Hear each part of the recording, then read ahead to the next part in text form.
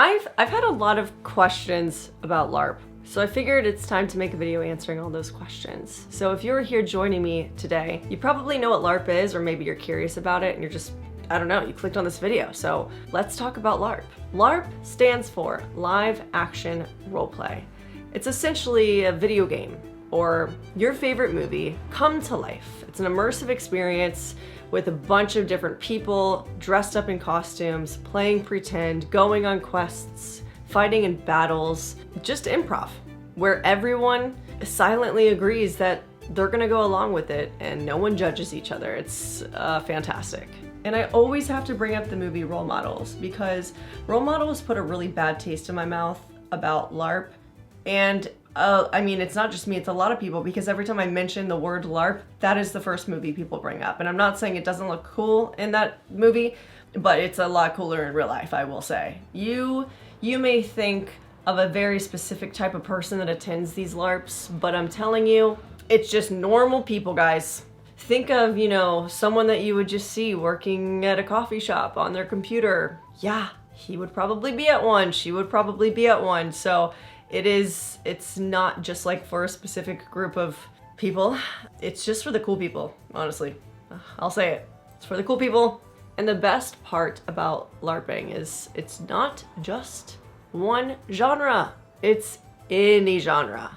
There's a world of possibilities when it comes to the LARPs that you can attend. So think of your favorite movie, think of your favorite video game, search the word LARP after it on Google, and I guarantee you're gonna find something related to that is a LARP that you can be a part of. Some examples: Wild Wild West, Cyberpunk, Steampunk, Mad Max, Aliens, Zombie Apocalypse, historical reenactment, fantasy, literally anything. So the main question I get asked is how to LARP for a total newbie, and to answer this question I actually did make an entire video because it was such a long drawn out answer. There's a lot that goes into it, so I'm going to attach that video here if you want to check it out, and I'm not going to answer that question here. Moving on to the next question. Someone asked me what inspired me to get into LARP. I would say you guys inspired me to get into LARP. There's a little bit of a backstory to this though. So I already had made mention in my Renaissance Fair videos that I felt they weren't immersive enough and I wished there was more reenactment, and people started commenting, hey, I think you would really like LARP if that's the case. Yeah, so I started looking into LARP because of you guys, and everyone started commenting LARPs that they thought I would be interested in, and I took note of every single one of those and fell into a rabbit hole of videos, and I discovered the Beakeline video with Nicholas Mays, aka Withers, and that video was what really got me hooked. I was like, I need to do this. It was game over for me. I knew my life was about to be taken over by LARPing, and it did. It got taken over by LARPing, and I'm so happy. I'm so happy about it. How different is a LARP from a Ren Fair? Insanely different. A Ren Fair is essentially just any themed event you would attend. Have you ever been to an Irish festival, an Italian festival, Oktoberfest? Like, it is literally that, except it's Ren Fair. That's the only difference. And sometimes they take place in themed towns, sometimes they don't. So you're just getting people that could be dressed up, themed food, themed shows, and themed shopping. It's just a festival. I've said this many times, but I've recognized this within my own friends. I'll invite them to the Ren Fair and they'll say, I don't know if I really want to LARP. And I'm like, it's not a LARP. And they're like, oh, well, don't you need to talk in an accent and like be in an outfit? No, you don't. You just go. Like, you literally just go. Wear whatever. It's not that serious. The next question, how much backstory is needed to play your first LARP character? This is actually a pretty long drawn out answer, so I'm not gonna go into it too deeply here because I do answer it in my beginner LARP video and it's a long segment. There are 3 different types of LARPs. I'll try to shorten it. Beginner, intermediate, and advanced. All 3 of those different types of LARPs will tell you how much of a backstory is needed. Beginner, you don't even need a backstory, you just go. Go watch my other video and it's a much longer answer. I'm sorry, I just don't wanna, this could take up the whole video if I answer it. Somebody asked, is being a good lightsaber fighter an acceptable precursor for a LARP fight? Absolutely. Any type of fighting, any type of knowledge of sword fighting or fighting in general outside of LARP is gonna come in handy when you actually do it on the battlefield. Depending on the LARP, might not be a battlefield, could be a street in a town, you know. Yeah. Any sort of fighting is good. And also there are Star Wars LARPs, like Star Wars inspired LARPs, and there are lightsaber battles. So if that's something you're interested in, you can go and do that, guys. They have them in the US, look it up. There's probably some outside the US, but I do know of one specifically, two specifically in the US. So another person asked, would it be weird for a 54-year-old to LARP? Absolutely not. No. I would say the majority of people are around that age. I mean, there is a very wide age range, that's for sure. It's not just for young people, for older people. No, it's all ages. Yeah, so definitely go. Definitely go. Someone asked, how old do you have to be to attend 𝚖𝚘𝚜𝚎 and 𝚌𝚘𝚜𝚎? So 𝚌𝚘𝚜𝚎, all ages can attend. 𝚖𝚘𝚜𝚎, all ages can attend as well. But if you were under the age of 18, you need a parent or guardian with you. But I remember at 𝚌𝚘𝚜𝚎, there was babies in the streets in little medieval outfits, just like crawling on rocks, and like they had swords in their hands and they would like attack you in the streets and steal your money. It was so cute. Yeah, it's so cute. Okay, here's a really interesting question. Someone asked, how do you determine how many and what size trinkets to trade? Okay, so depending on the event you're attending, you have to bring trinkets that match that theme, of course. Size of the trinkets you trade doesn't matter. It's more about it fitting into the theme. Because even at Wasteland, people were bartering full-on swords. It can be a big item. Next year, I plan to try to barter for a motorcycle. So we're gonna see if that happens. I'm gonna try to go from a bottle cap to a motorcycle. That's my ultimate goal. Depending on what you are trying to get, that will determine how many items you wanna bring. Like for me, I'm gonna bring bags of stuff. Whatever I can carry, because I have to carry it, you know? Someone else asked, how do you transport your tents, sleeping bags? How do you bring food or drinks? So when I did my camp out at the Texas Ren Fair, which was very LARPy, that was the most LARPy Ren Fair I've ever been to. I packed up my tent into my suitcase along with my pillow, my sleeping pads, my blanket. Yep, it was not saying it's a good idea, but I did do that. I just put it in a checked baggage, and that worked out for me. It was fine. Unfortunately, if you are coming from another state, you are going to have to take that route unless they have rentals, and sometimes they do. But depending on the event, maybe you have to be there super early in order to even get a spot to pitch a tent. So there could be some restrictions, but I have noticed there are lots of events that have rentals and that also are live, eat, and breathe experiences where your ticket includes a place to stay and it includes food. Now, I'm not saying all LARP events are like that, but the ones that I have been looking into recently, and there's probably been about 5, that is included with your ticket, which to me is a fantastic deal. It's kind of like an all-inclusive trip that you would take. So you have to think about it as like a themed vacation, because that's essentially what it is. It's gonna be cheaper, of course. So yeah, you will find those all-inclusive LARPs, but if they do not have the option for like tent rentals and stuff like that, then yeah, you are gonna have to outsource. You're gonna have to bring stuff yourself. They do always have food on the grounds that you can buy, at least at every LARP I have attended. So just make sure prior to going that you look into that and see if it's worth it. Because I would say if you're coming from a different state, I personally would go with a LARP that is all inclusive, because after traveling to Texas with a tent and all of that stuff, and then it pouring down rain, and I didn't even have a rental car, and I had to walk with the luggage really, really far. I was like, why did I do this to myself? Bad idea. At 𝚌𝚘𝚜𝚎, they have all-inclusive packages with the Voyage North. For me, it's like the easiest way to go to a LARP for the first time and have everything be done for you, where you can just show up and then just chill. Some events that are larger will have a whole section for camping supplies on the grounds. I think for the shorter LARP events that are like a weekend, yeah, you're probably expected to bring everything in.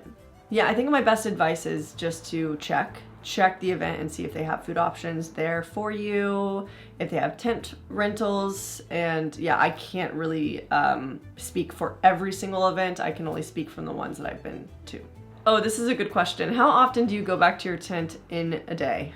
A lot, yeah. But I don't go back to my tent to just hang out or sleep because it's too hot most of the time and I don't want to be in my tent. I want to be outside. There are so many things happening during the day. Unless you are hungover or something, I don't know why you would be in your tent during the day, but I go back for money, to drop off things, for an outfit change, to get a bathing suit, a towel, change my shoe. Like, I go back all the time. I also will go back as a meetup spot with my tent mates, and I'll go to drop off my sword or pick it up throughout the day because sometimes I don't carry my sword all the time. Sometimes I just want to lighten my load and put it back. So that's why it's so convenient if your tent is close, because, at least for me, because I go back a lot.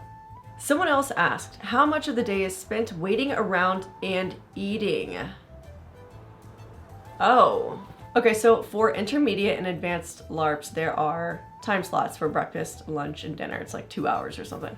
So you always know, okay, if I'm gonna eat, I have to be here at this time with everyone eating, and then after that, I can grab a snack from somewhere. I mean, or you can grab full meals, but it is a schedule for a reason. So if you're sticking to the schedule and eating with everyone, then you're only eating for the amount of time that it takes you to eat at those set times. For the beginner LARPs though, because there is not a set schedule, it is more beginner friendly, it's kind of free for all. You can LARP if you want to, or you can just hang out and do nothing. They don't tell you, hey, this is when you eat breakfast, lunch, or dinner. You just kind of go get food whenever you are hungry or feel like getting food.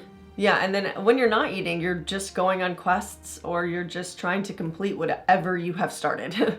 And you're just doing it the entire time, because if you do not do it, you will never complete anything. So back to the schedule, there are scheduled times for combat training, battles. If you want to fight, you have to show up when that's going on. It's not just there's not gonna be a random battle that happens that people did not know about. Typically they can last anywhere from, oh gosh, I mean, some skirmishes 5 minutes, or like 5 minutes to 3-4 hours. It just depends what battle you decide to attend.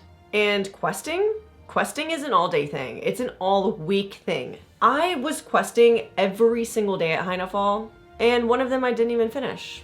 If you saw me trying to become an assassin there, that was an all 5-day thing.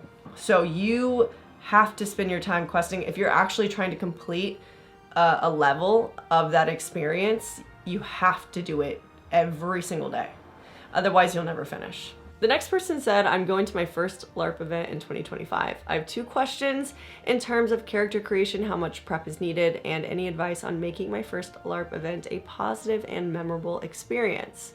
Now, I did already answer the first one, so I'm gonna skip to the second. To make your first LARP event a memorable experience, get up on time, get up early, and get involved in absolutely everything you can. Like, never say no. Never say no to an experience. If someone comes up to you and they're like, do you want to join this skirmish right now? So just say yes. Go to bed on time. You're gonna be really tempted to stay up super late with everyone, and it's fun, and you can do that as long as you can run on little sleep. And I've also said no to some things that I wish I would have said yes to, because I found out later what had happened and I was like, oh, well, I don't know if I should go. And just go. Do whatever is presented to you, whatever's thrown at you. Just say yes. Just say yes. Okay, someone asked, what do you do if your character dies in LARP? So different rules apply for each LARP. For beginner LARPs, you can die many times as you want, doesn't matter, it doesn't affect the storyline. Intermediate, you can die up to a certain amount of times and then come back as the same character. Advanced LARPs, you can also die. You can die in all of these, but when you come back, you have to be someone else. Or you can somehow get revived to come back as your same character again. So you really want to try to avoid dying, because then you have to restart as someone new. And I don't know if all advanced LARPs are like that, but the ones that I've looked into are. But I'll have to talk more about that later, because I have not attended a advanced LARP yet. I'm going to one this weekend. That will be my first one, so I'll have more knowledge about that in the future. But if you end up becoming a main character in the storyline that has somehow become royalty or something like that, and you end up dying, if you're a part of the overall story, then that, I think you would have to come back as someone else. I don't think you could come back as that same person, because it's too official. You know what I mean? Someone asked, what is the best way to travel to a LARP? Now, if you are close enough to it, 100% drive. Especially if you're planning on camping there, which I would recommend camping there to have a more live, eat, and breathe experience. Yeah, I mean, I guess you can get a hotel, that's cool too. But if you're trying to really be in it, why leave? Why leave? But again, if you're flying there and you don't want to camp, that makes sense. So if you're flying and you still want to go, just get a hotel. But if it's close to you, drive. Now we're getting down to the last questions. Someone asked me, do you have any dream LARPs that you would like to attend? Yes, Star Wars LARP, Harry Potter LARP, like surrounding that theme. Those two high up on my list. I would love to do some type of horror LARP, which I'm gonna be doing. I'm gonna be doing all of these, guys. Pirate LARP. There are so many things coming up this year. I can't wait for you to see. Yeah, it's gonna be insane. Someone asked about LARPs in LA. So the main LARPs I know about here in LA are Twin Mask. There was Dystopia Rising, which unfortunately that campaign has ended. There is a Aliens vs. Cowboys LARP. Wow, totally blanking on the name right now. That's a really good one. I believe that is slightly smaller. There's Wasteland. There is Neotropolis, which I'm attending in April. That's a cyberpunk LARP. Those are the ones I'm going to be attending, which is why I know about them. Those are the only ones I personally know of, but I'm sure there's way more. And for the last question, someone asked if I'm going to be attending any events in Europe. And the answer is yes, I am attending events in Europe, 100%. I definitely don't want to stick just to the American ones. And there are so many incredible events outside of the States. So if you haven't looked into that yet, make sure you do that. So that is it. That covers all of the questions you guys asked. If you have any more questions that I did not answer in this video, feel free to ask them below. I will try my best to reply to everyone. And thank you so much for being here, checking out this video, and I will see you guys in the next one. Bye. Oh look, you're back. Check out these videos. Check them out. I selected these ones for you because I thought you would like them. Like, YouTube's not selecting these. I selected these bad boys because I just knew they would be for you, especially if you're into LARPing.